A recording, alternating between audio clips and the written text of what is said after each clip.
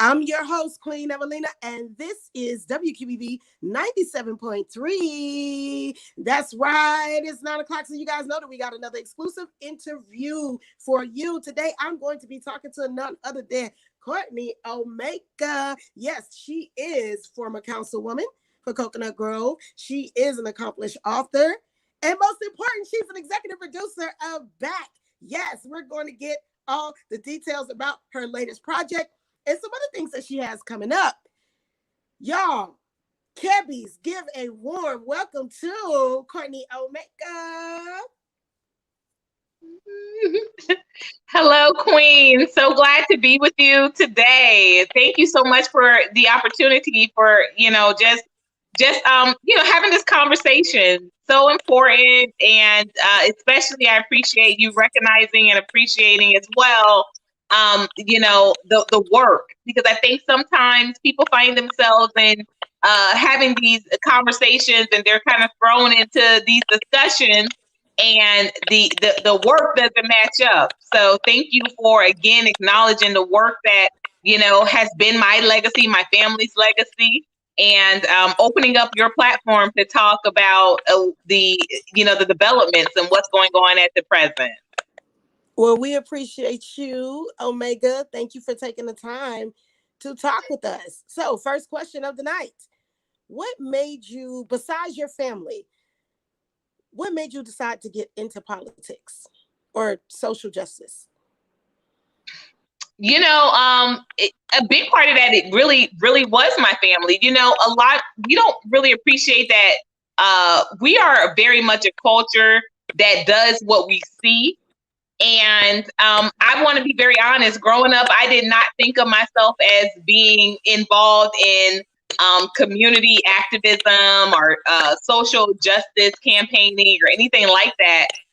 But I had two parents that were social workers. I had a grandmother that was a world traveler and an educator. And, just certain things kind of fell into my lap, for lack of a better term. But like I said, growing up, I did not think of myself as being, any type of figure like that. I wanted to be a dancer. I wanted to be, my big goal growing up was I wanted to be a Dallas Cowboys cheerleader. That's honestly what I wanted to do. And my mom was like, she was like, research anything that you want to do, research it. And I saw how professional cheerleaders don't get paid a lot.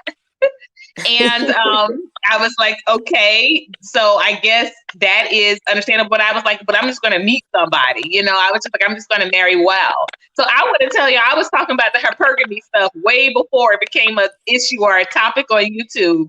I was like, I'm just going to marry well. That's what I'm going to do. I'm going to use becoming a professional cheerleader to make my avenue towards, that. And like I said, when I got to college, I went to Florida A&M. That is where I met my ex-husband. And my ex-husband was actually the one who really got me to start looking at things from a social standpoint, because I was very much into fashion. I was into, what my hair was looking like, what that lay was looking like. I liked reading. I always loved reading, writing. I've always been a writer. And so my major was communications and public relations, but on the real, I was not involved in those type of activities. Like I ran for office and things like that at FAMU, but it was my ex-husband actually had a very big influence on just becoming well aware of the lay of the land. And of course, he went on to become a lawyer and a professor. So it was kind of like, as he elevated, I kind of caught I caught the fumes of the elevation. And I was like, oh, like I could see what he was saying, when he talked about redlining. Like the first person that ever talked to me about redlining was my ex-husband. Now, gentrification was something that my uncle, introduced to me when I was because he's Bahamian, my dad's brother. And he was in Jensen Beach. And Jensen Beach, Port St. Lucie was being gentrified from Bahamians as well. And so when I was at Florida State my first year, he was like, Courtney, ask your professor about gentrification. Ask them what they know about that and let me know. And I was like, ginger for what? What are you talking about, Uncle Robert?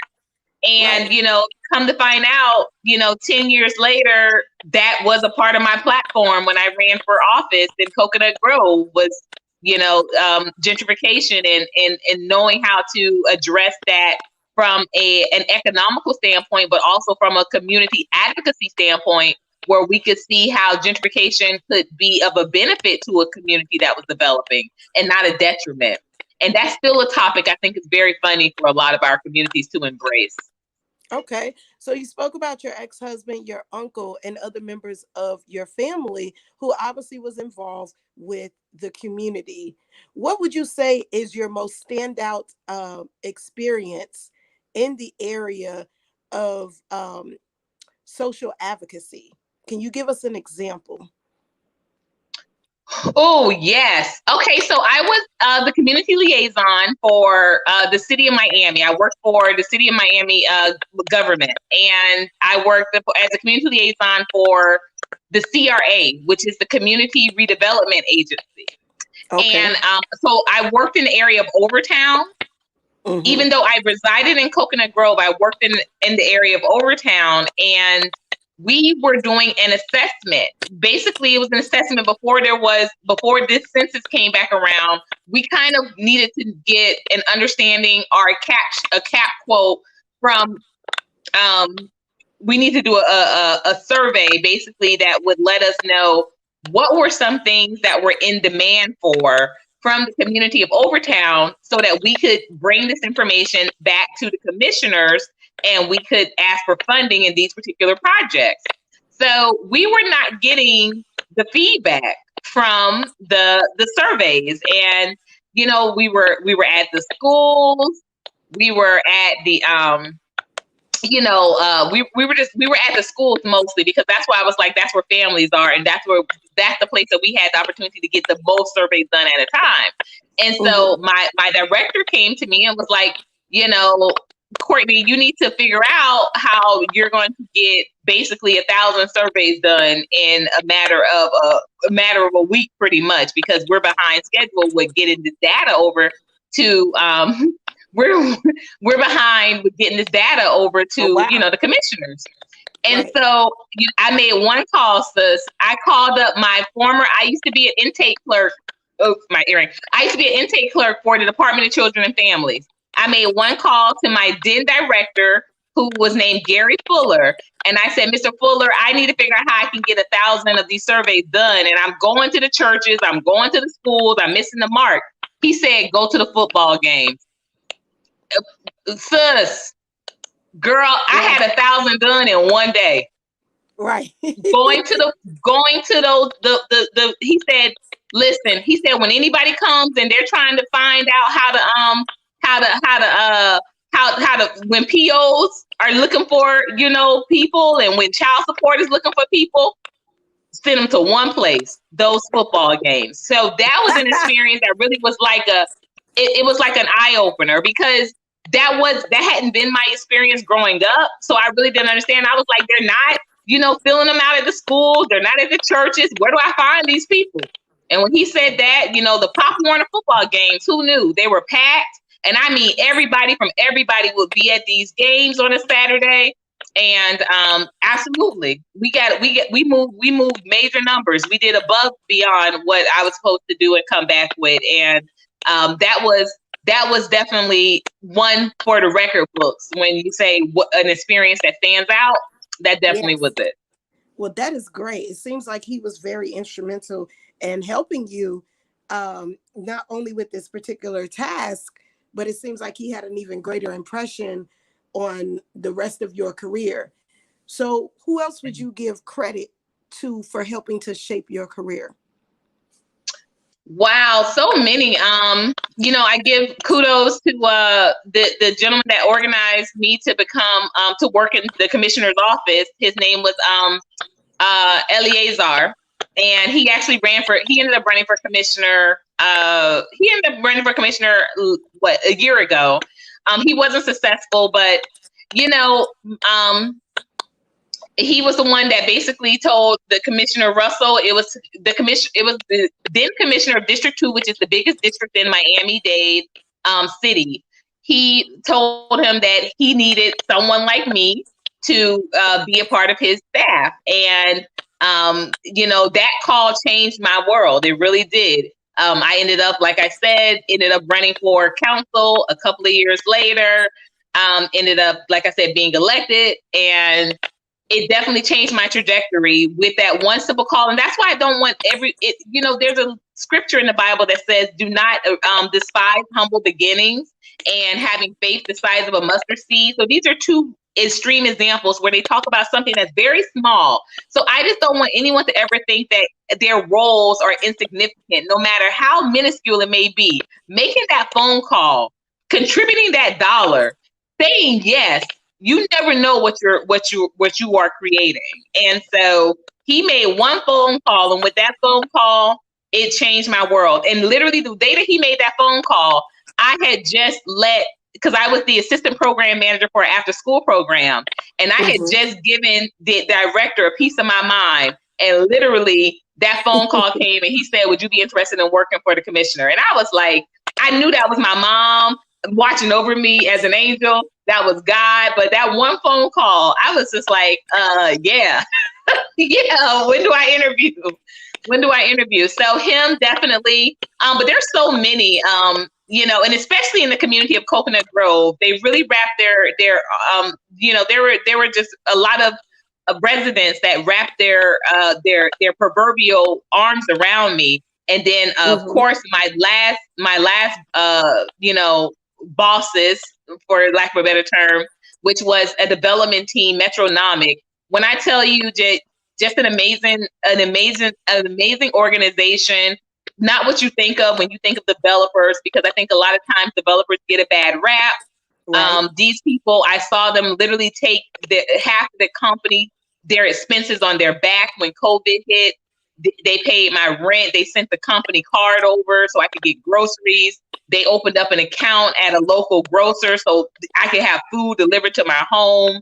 I just can't say enough about, what that organization did for me. They brought me in as a family. Like, they literally were my neighbors, and, would invite me and my children down to eat and to, have dinner and Bible study. And it was amazing.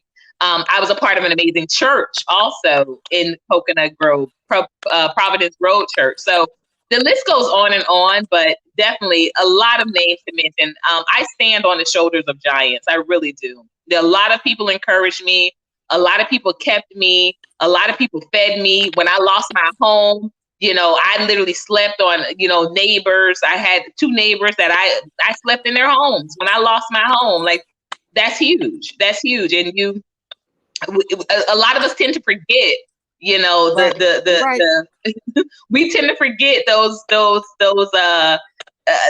assistants and those hands that helped. And I could never, because like I said, I was an elected official and lost my home. And, that I may have had plenty of times in my life that I've been broke, but I have never had a time where I've been broken.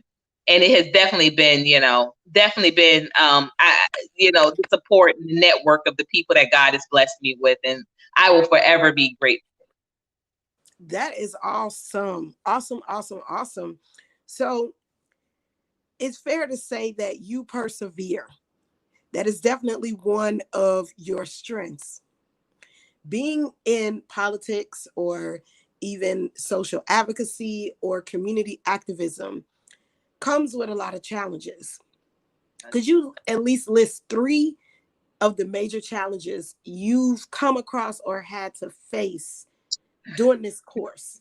I mean, we know the COVID pandemic obviously is one of those issues, but I mean, in regards to dealing with the people, not your staff, not necessarily the stewardship that you were under, but you as an entrepreneur, because you not only was a part of teams, you've also had your own teams. So let's talk about some of the challenges you faced in that particular role. Wow.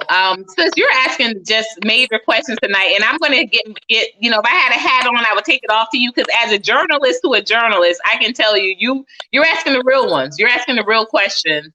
So first and foremost, what was a real hard thing for me to understand and appreciate personally was the lack of support. It was like people wanted to see you win, but they didn't want to see you win. It's an amazing kind of reality, Right. where I literally had people that would tell me, oh, you should be doing this. And then when I said, you know what, I can't do that because this is what I'm doing. And I started this business and I'm trying to get, I became a booth operator at the local farmers market. And these same people that love my products, which my main product it's called Grovade. It's a pineapple-based lemonade, no sugar added, an amazing product if I do say so myself. And these same people enjoy my product so much when they could come to my home during the campaign run and get it for free. But when I started at the farmers market, I did not have, I thought it was like, going to be a throng of people that were excited about seeing it at the farmers market finally. And that took a while to build, and I'm like, these same people, like literally I cleared about 1,000 votes to claim that position on the council. And I'm like, I couldn't even get 20 people down there that first weekend. But I tell you what, I sold out every weekend except for one. That I was there. And like I said, that just really just became because the people that frequented the market, they really liked the product, and it was a vegan market, so it was right on the money with it being no sugar added. But the people that I was counting on to be there and told them, hey, I'm going to be premiering my beverage at the market. And I was only one, count them, of 75 vendors. I was one of only 3 local vendors. And I was the only local Black female vendor. And I did not get that support from my community when I launched that booth at the market. And that definitely was something that stuck out and hurt.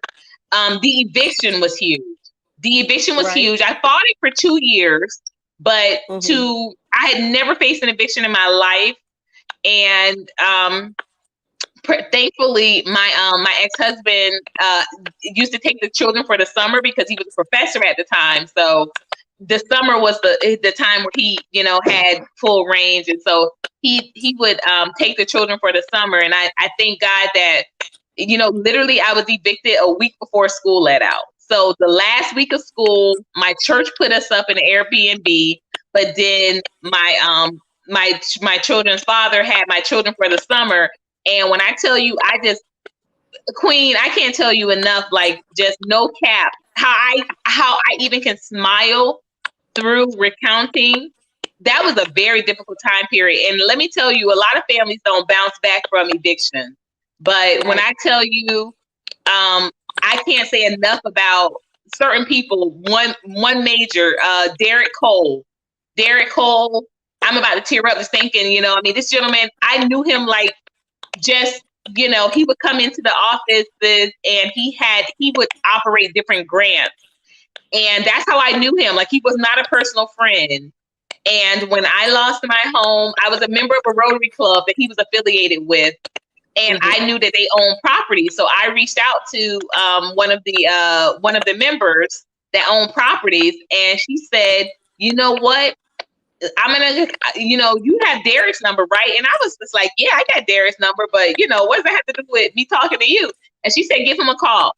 And so I gave him a call, and not only did he find an apartment in Overtown that I was able to utilize that was being refurbished until the apartment that we ended up spending the rest of our time in Coconut Grove and got ready over in behind Cocoa Walk.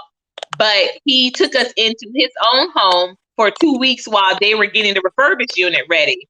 And that was just huge. So this was a place that he made available.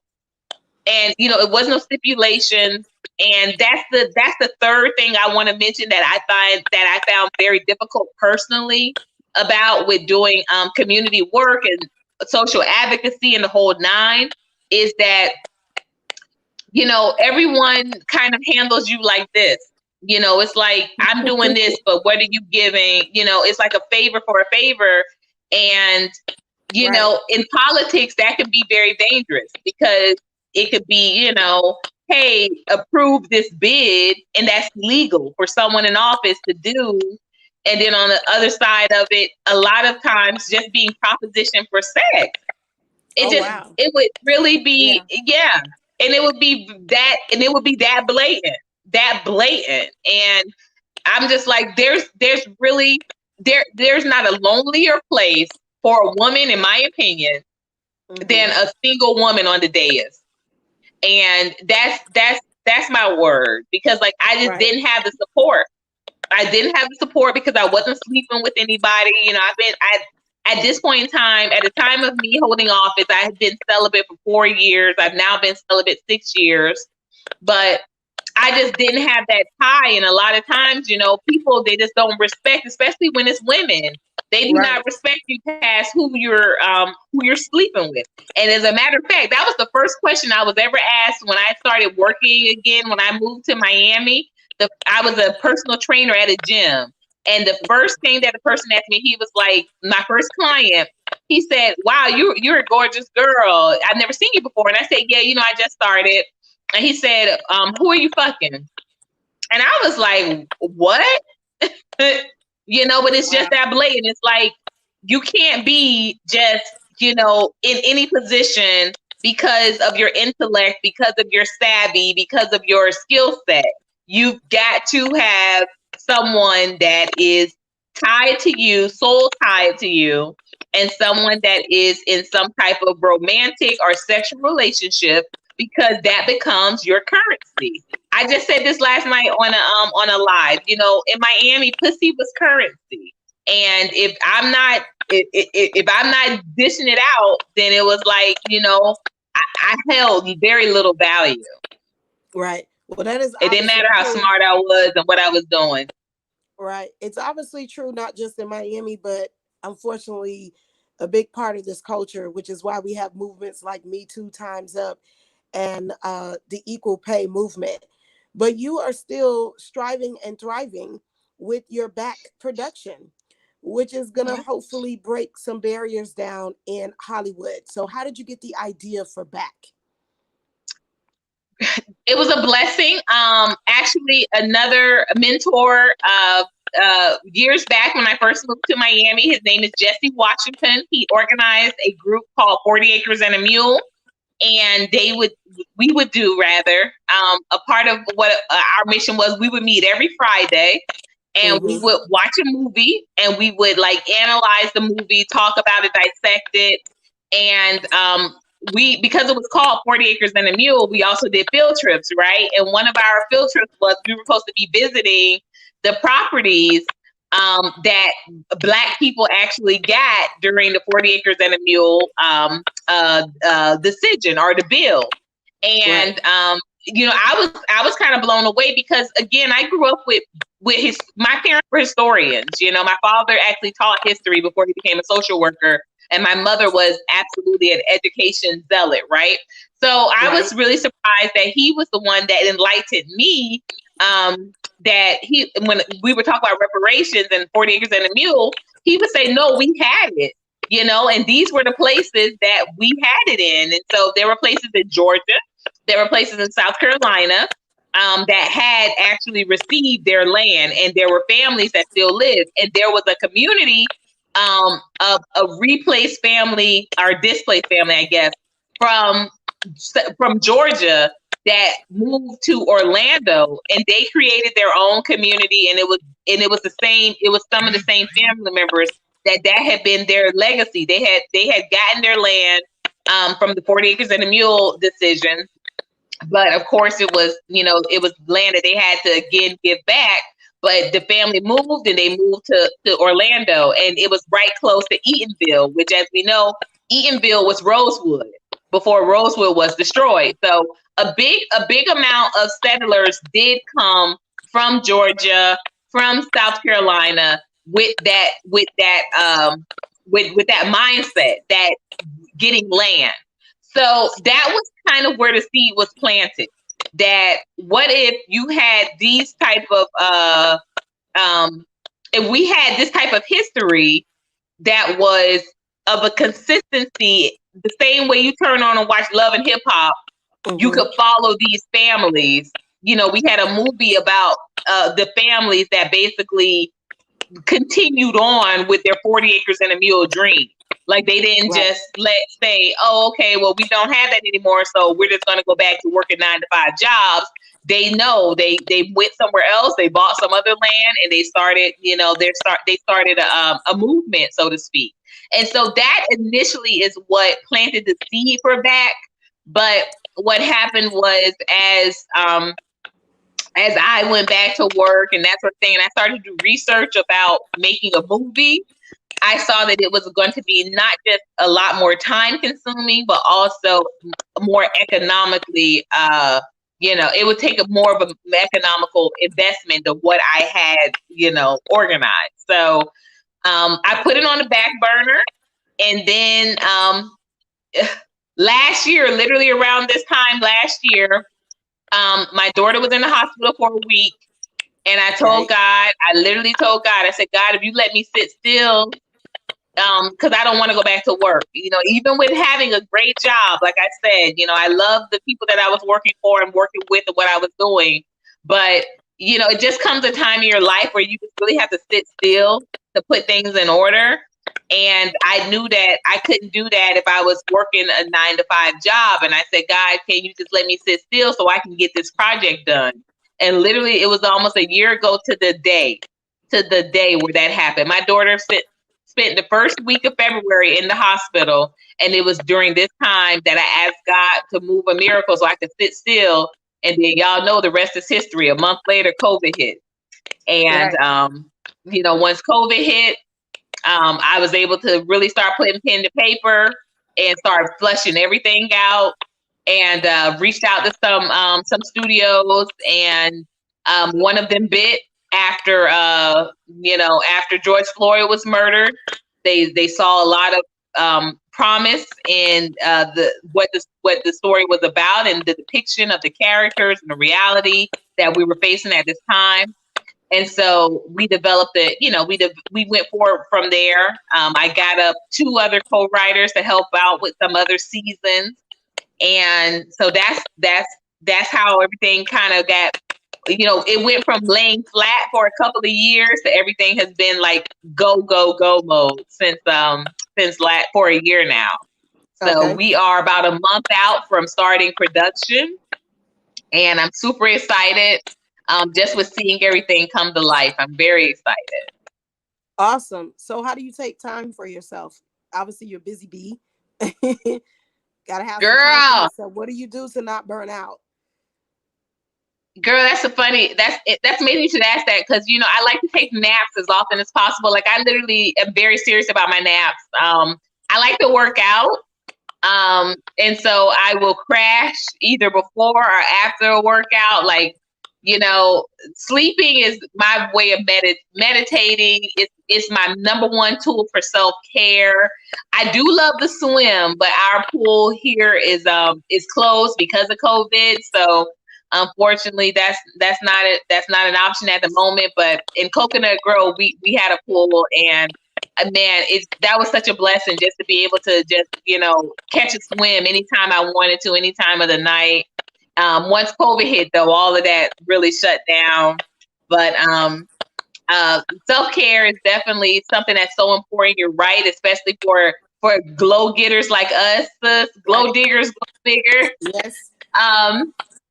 But sleeping is my best friend. I sleep and I stay in the Word, you know, praying, having my moment. I have a prayer closet with God, and that's one of the few places I definitely don't catch a nap in. You know, sometimes I be wanting to, because I get up early to talk to God, and you know, I'll be tired, but you know, usually after I start writing, everything, you know, wakes up in me. But the moment I get out of that closet, honey, if I can get another 2 hours in, I get it. I do. I love sleeping. I don't take too kindly to that Steve Harvey advice that said millionaires don't sleep. Honey, I need my sleep. I need my sleep. And I don't even have a bed. I don't even have a bed, but I still get my sleep in, honey. I got a beautiful comforter set that I stretch out on that floor, and I get my naps in. Right. Proper rest is definitely important. So what's a life quote that you would leave the viewers with? Wow, the whole poem for If by Rudyard Kipling, and I know the last line is, if you can fulfill every 60 seconds, every minute with 60 seconds worth of distance run, then yours is the earth and all that is in it, which is more, you'll be a man, my son. I know it always says that at the end, and I've never been able to kind of shift that to have it be a girl. But I think I did. Like, I entered a poetry competition when I was in high school, and I said, yours will be the world, my girl. But even that is still kind of like, it's given like women, like, a girl. But that entire poem is just full of, it's literally how my mom used to say this poem to my brother so often. I literally was, like I said, until I entered that poetry competition, I didn't know that my mom didn't make that poem up. And, this poem, in case that your viewers are kind of wondering what poem. So it's a poem. It's been featured in so many commercials. You might have seen it with Shaq and John Thompson. But it starts off, that's the point where it says, if you can dream and not make dreams your master, if you can think and not make thoughts your aim, if you can meet with both triumph and disaster and treat those two imposters both the same, if you can bear to hear the truth you've spoken, twisted by knaves to make a trap for fools, or watch the things that you gave your life to broken and stoop and build them up again with worn out tools. If you can force your nerve and heart and sinew to serve you long after they've gone, and so hold on when there is nothing in you except the will that says to them, hold on. If you can talk to crowds and keep your virtue and walk with kings or lose the common touch, if neither foe nor loving friend can hurt you, if all men count with you but none too much, if you can fulfill every minute with 60 seconds worth of distance run, then yours is the earth and all that is in it, and which is more, you'll be a man, my son. That was my mantra. All right. Well, thank you, Courtney Omega. Guys, you've been listening to WQEV 97.3. I am your host, Queen Evelina. Please make sure that you tune in every day at 8 o'clock, Monday through Friday, for the live radio show. And if you happen to catch us at 9 o'clock, we be on YouTube and TikTok with these exclusive interviews. We're going to be bringing Courtney Omega back next month. So make sure to keep it locked, keep it tuned here. And what's poppin'? WQEV 97.3. We out.